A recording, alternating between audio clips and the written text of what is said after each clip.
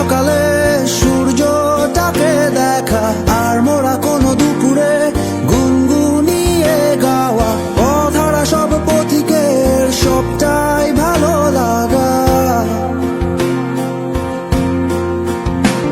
আর জানালার ওই কাছটায় থমকে থাকা বৃষ্টি, অলিখিত সব কবিতা